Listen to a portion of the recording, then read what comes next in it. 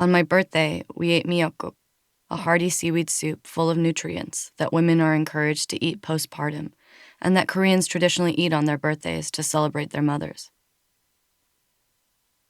Food was how my mother expressed her love, no matter how critical or cruel she could seem, constantly pushing me to meet her intractable expectations. I could always feel her affection radiating from the lunches she packed, and the meals she prepared for me just the way I liked them. I can hardly speak Korean, but in H Mart it feels like I'm fluent. I fondle the produce and say the words aloud. Chame melon, danmuji. I fill my shopping cart with every snack that has glossy packaging, decorated with a familiar cartoon. I think about the time Mom showed me how to fold the little plastic card that came inside bags of jollypong, how to use it as a spoon to shovel caramel puffed rice into my mouth, and how it inevitably fell down my shirt and spread all over the car. I remember the snacks Mom told me she ate when she was a kid, and how I tried to imagine her at my age. I wanted to like all the things she did, to embody her completely. My grief comes in waves, and is usually triggered by something arbitrary.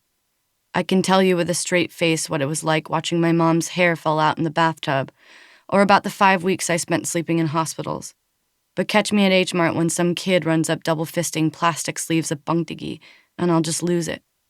Those little rice cake frisbees were my childhood, a happier time when Mom was there, and we'd crunch away on the styrofoam-like discs after school, splitting them like packing peanuts that dissolved like sugar on our tongues.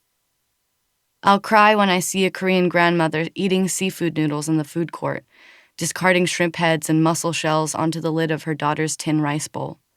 Her gray hair frizzy, cheekbones protruding like the tops of 2 peaches, tattooed eyebrows rusting as the ink fades out.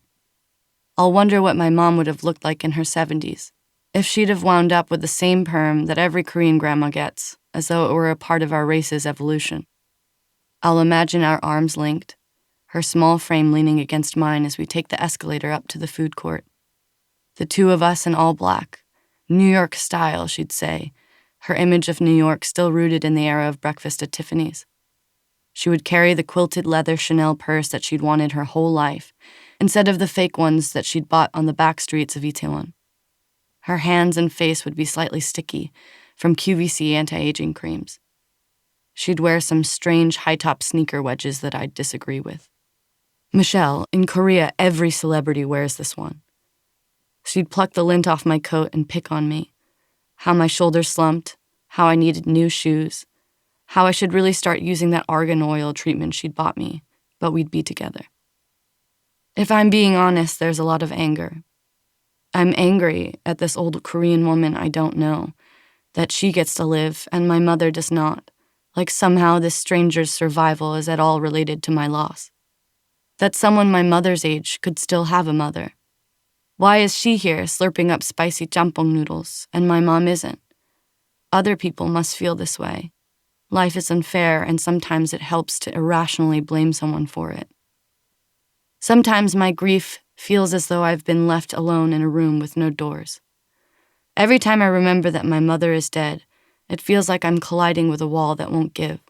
There's no escape, just a hard surface that I keep ramming into over and over, a reminder of the immutable reality that I will never see her again.